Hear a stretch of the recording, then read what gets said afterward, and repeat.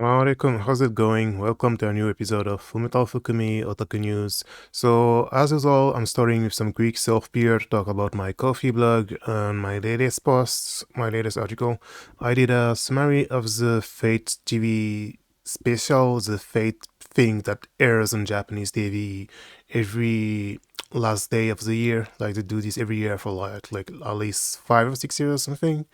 And they most of the time they focus on FGO, but they talk because FGO is like the most popular Fate product, right? But they talk about the Fate franchise in general.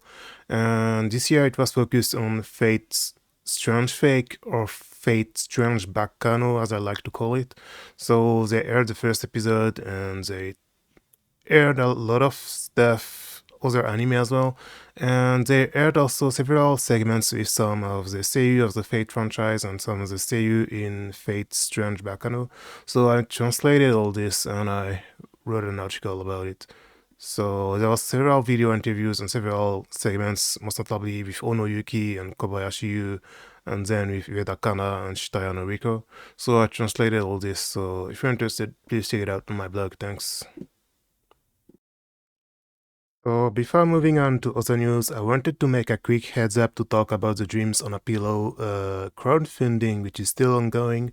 I already talked about it on the previous episode. So yeah, there's still at least 11 days on the crowdfunding. So this is a game based on the 1948 Nakba. So like that, like I said in the previous episode, like if you're revolted about what's happening for over a year now, and if you wanna give your money somewhere to where it matters, and when you're sure this is going to make a difference, like you should definitely give some money to this project and also share it with your friends and with everyone. Like there's 11 days left in the campaign. We're short of around $30,000. So yeah, we still need. Hopefully, we'll reach the goal, but there's still a lot of. But there's still one fourth of the goal to reach. So we really need to keep struggling and to keep sharing the crowdfunding to hope that this game can actually happen. So yeah, I just wanted to share a quick heads up regarding the crowdfunding. So to keep going regarding Fate news, so one thing that was missing from the Fate TV special on December 21st was news regarding Fate Extra Records, the full remake of Fate Extra, which is scheduled to release in 2025.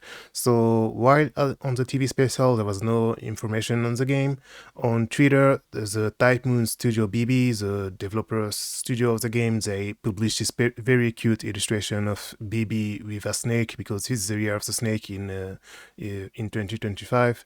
And then they shared this cool illustration, and then over on Twitter, the director of the game, Nino Kazuya, who was also the director of the original game on PSP, and he used to work on Atlas, and he was the director of the very first Seikaiju no Meiku H1 Odyssey game. He was the director of the first Trauma Center game as well, Caduceus, and he worked on a lot of stuff at Atlas, and then he worked on the Fate Extra, and then he went to Square Enix and to do Dragon Quest Builders, and then after Builders 2, he left Square Enix to make Type Moon Studio BB with Type Moon, and now he's working on the Fate Extra remake for over 5 years now, because the remake was first announced in 2020 for the 10th anniversary.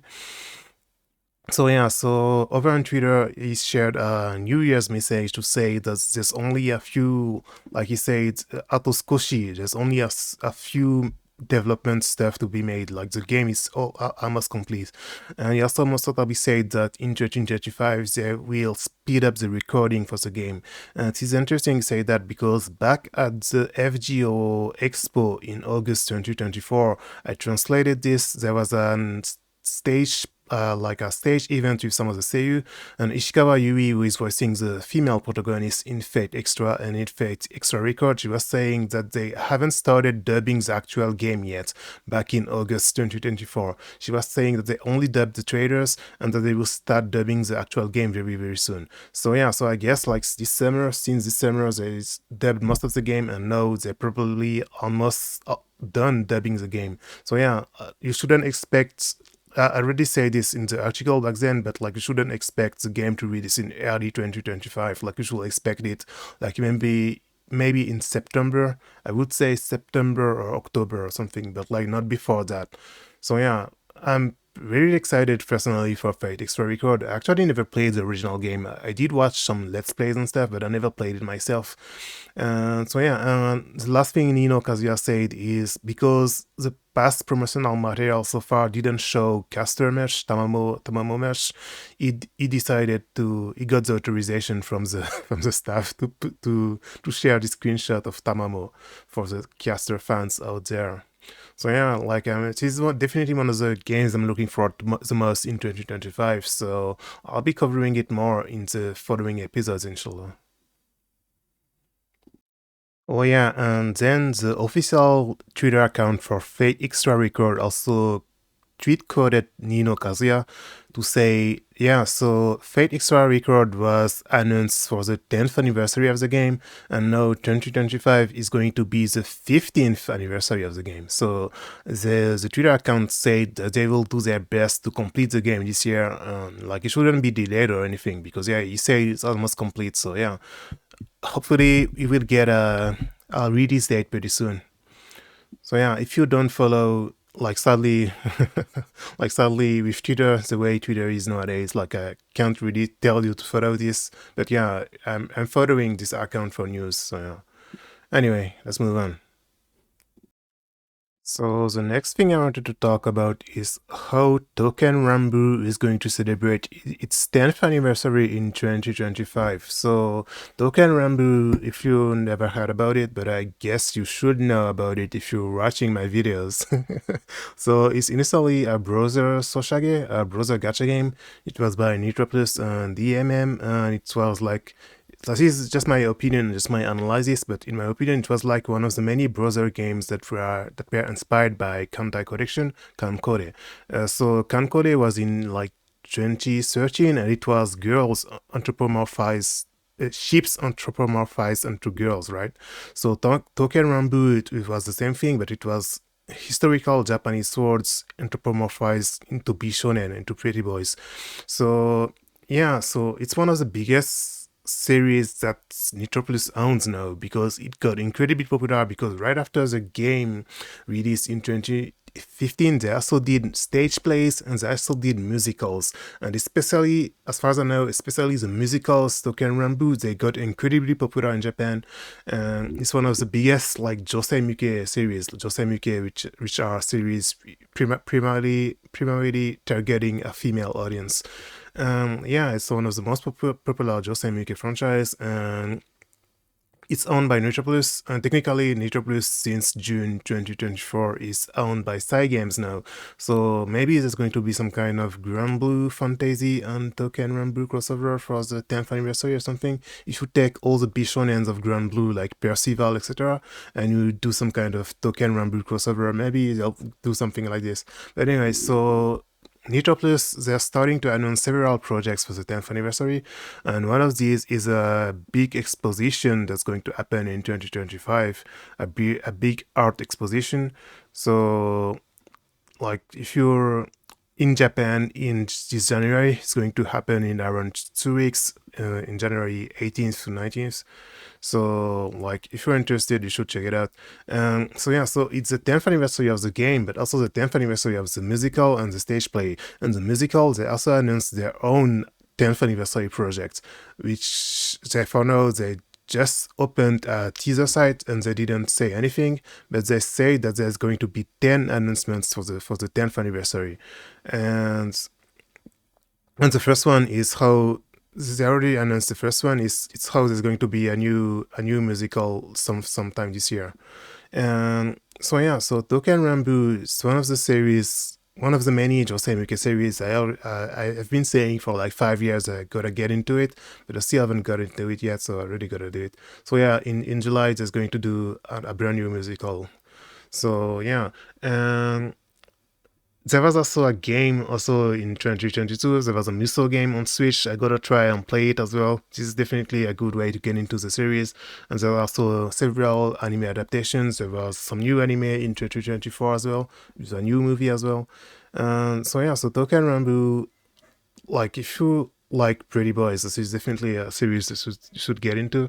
And I'm looking forward to what the 10, like regarding the musical, what kind of 10 projects they will do for the anniversary. But usually when the series do when a series do this kind of, it's the 10th anniversary, so let's do 10 announcements things.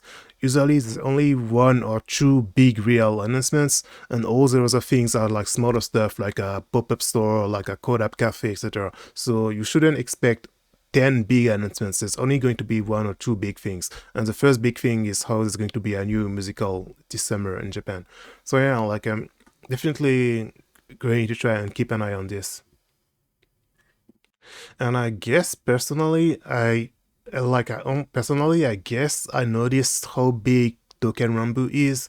It was like in 2018, back when they basically made a Touken Ranbu special musical, but specifically for France. But it was in France, it was in Paris, but it wasn't for the European fans and for the French fans. It was for Japanese fans who would travel for the specifically for the events, because yeah, this is one of the biggest Josei Muke series. So like tons of fans, they would do anything for it, so they travel all the way to France to do this. And this event was very funny, like it really marked me back then, because it's a French event, but they made it was pretty much made for the Japanese fans. And there was even if there were screens, like they did some, they on the scene there were some screens with subtitles, so people who don't speak Japanese, they could try and follow a little bit. I didn't go there myself, but I heard the stories from people who went there. And yeah, so it was mainly a Japanese audience, mainly Japanese female audience, and mainly women who actually traveled for this. So yeah, it shows you how big of a series it is. And I remember in 2018, in 2018, that's what made me realize like how big Touken Ranbu is. So the next thing I wanted to talk about is how there was a crowdfunding for an indie game that just ended called Monochrome Echoes, and they actually managed to get over 100% of their goal, so the game should be happening. And Monochrome Echoes is a top-down dungeon crawler with serial characters, and the developers are called Thousand Games, and I know about them because they're the ones who did Quester, and Quester was a game that released in back in 2023, and it was the same type of game at Dungeon Crawler. And I first heard about it because Hagiwara Kazushi was working on the game. He's one of the main developers and the original character designer. And Hagiwara Kazushi is the mangaka of Bastard, which is a very famous, popular late 80s manga. Like I remember watching some of the anime, the early anime, and I remember playing the Super Famicom fighting game adaptation as well. And this is like a very famous manga when it comes to dark fantasy. Like it's not as popular as Berserk, but like it's a very big manga in the history of Japanese dark fantasy. So the mangaka Hagiwara Kazushi worked on Quester, and that's how I first heard about the game. And like it's a very interesting dungeon crawler with a top-down view and like several classes to combine and to make various setups and various builds to try out. And like there was the first game Quester released in March 2023, and then 1 year later in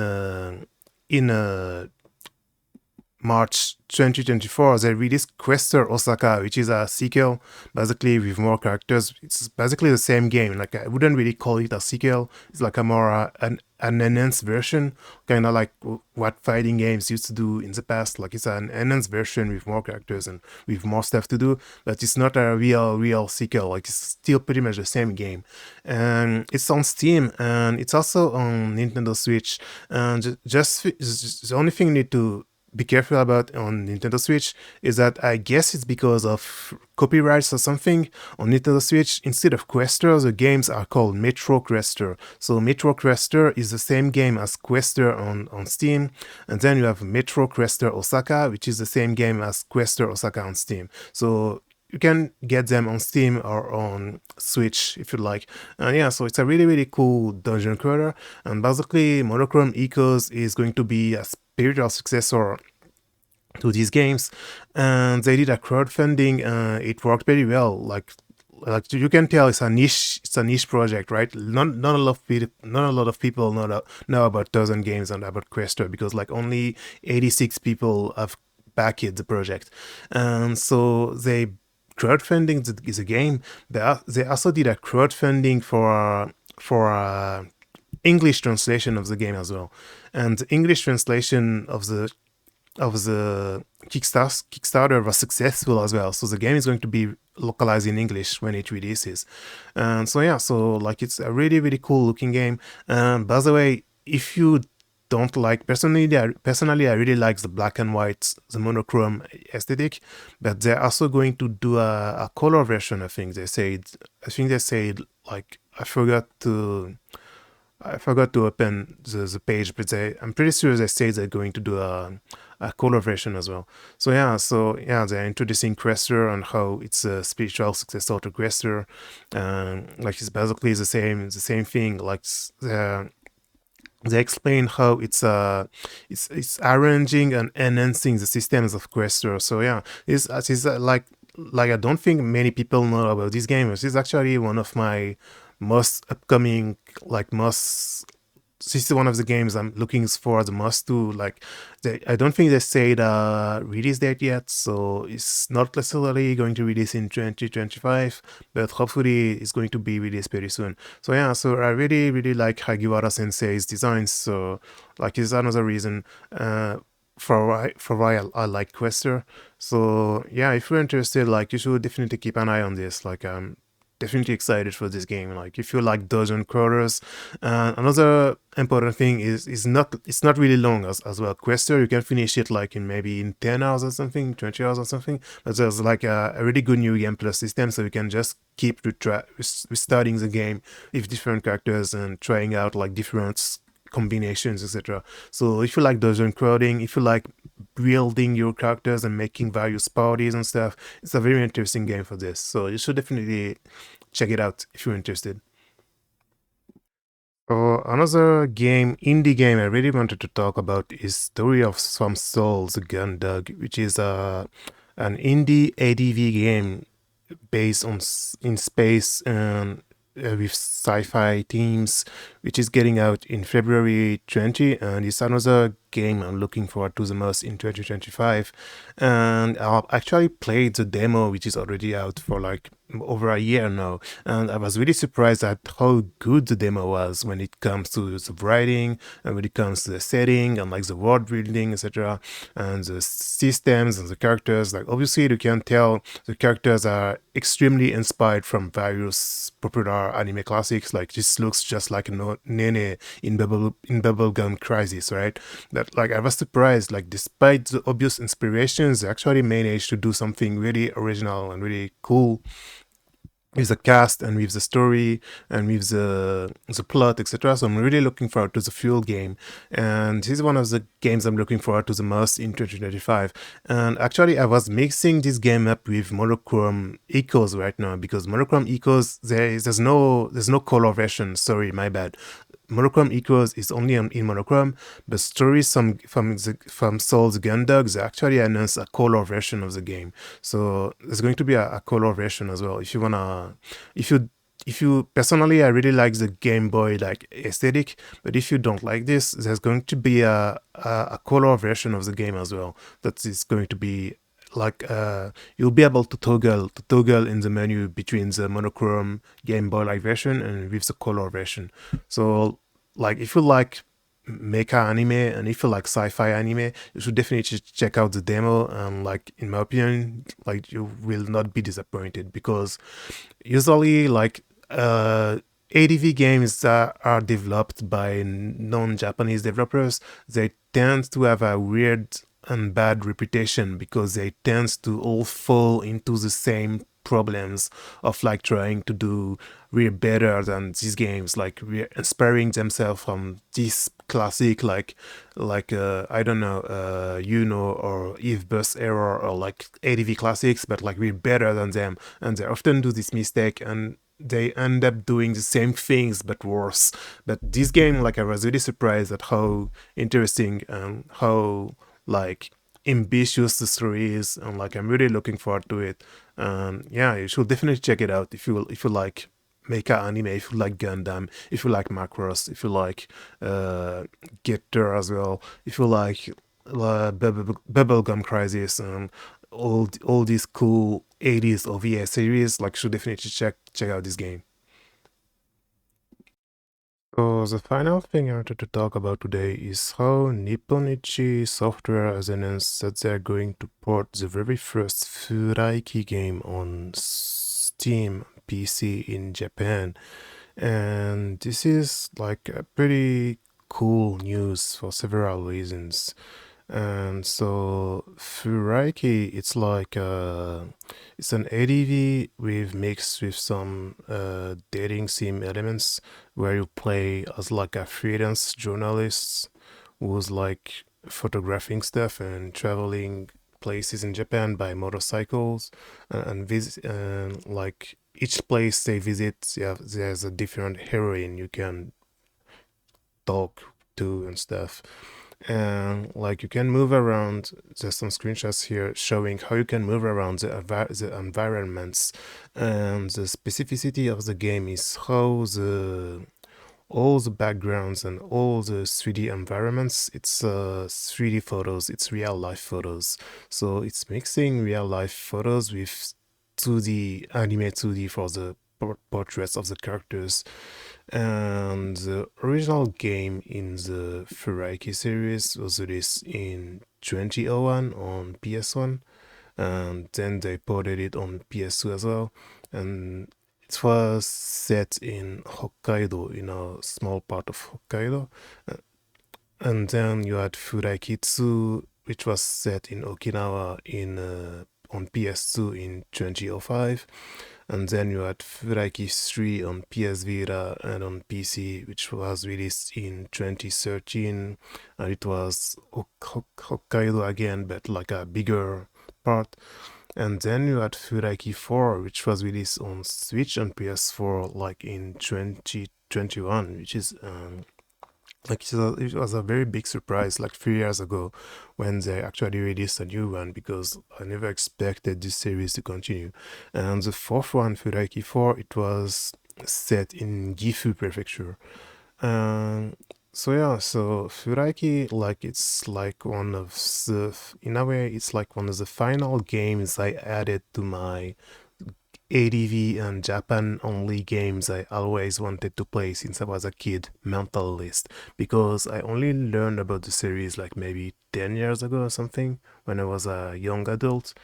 And yeah, so like it's very appealing, like to it gives you a traveling feeling plus like the ADV Gyalge feeling with the heroines and stuff.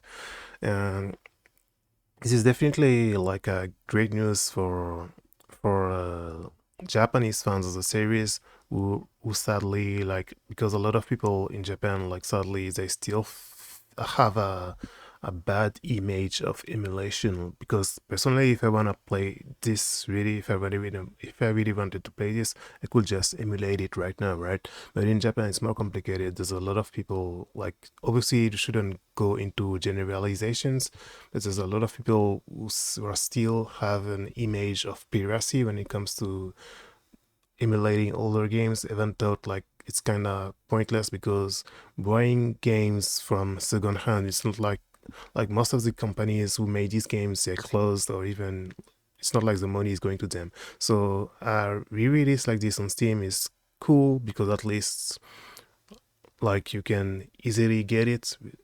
And yeah, so yeah, And it kind of made me think of how mages recently they actually released an archive, like a compilation of all the memories of games on Switch, and then recently they ported it on Steam as well. So Memories of is like one of the oldest Bishoujo Galge series ongoing. This is also a series I wanted to play since I was a kid, and it's celebrating its 25th its 25th anniversary this year, and there's a brand new game that's going to release this year. And so, like, there's 8 games in the original series, like one, two, three, four, five, six, seven. You have 7 games, and then you have Shin Sin's Memories, which was released like 3 years ago or 4 years ago. And I heard it was really good, but apparently it wasn't as good as the originals. So I'm hoping that the brand new one, I think it was More Sin's Memories also, it was called this. Hopefully it will be just as good as these ones. So yeah, so you have some pretty popular series as well. You have Tamura Yukari voicing this girl, etc. So you have a lot of very classic popular series of the early 2000s in these games. So it's one of the reasons why I wanna play them. So yeah, I guess like hopefully I will be able to play these games soon, because like for like maybe 7 or 8 years I've been telling myself I need to play Memories of Memo Osu, and I need to play Fuuraiki, and I didn't do it. But yeah, hopefully I get to it at some point. So yeah, thanks for watching this episode of Metal Fukumi Otaku News, and remember to like and subscribe. And yeah, thanks for watching. Bye.